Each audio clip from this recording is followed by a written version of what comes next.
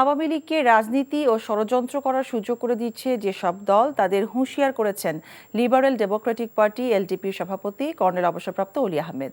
উপদেষ্টাদের ভারতীয় ষড়যন্ত্রের বিষয়ে আরও কঠোর হওয়ার কথা বলেন তিনি।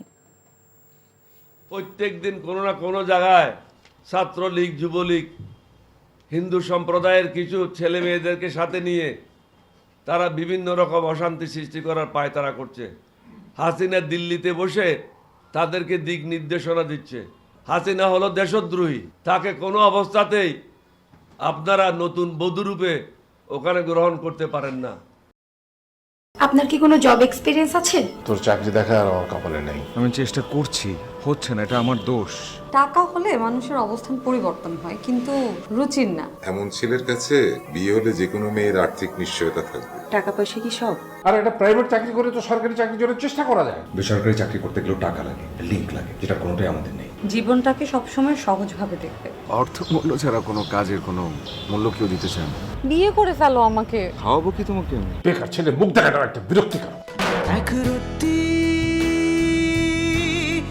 বেঁচে থাকার গল্প,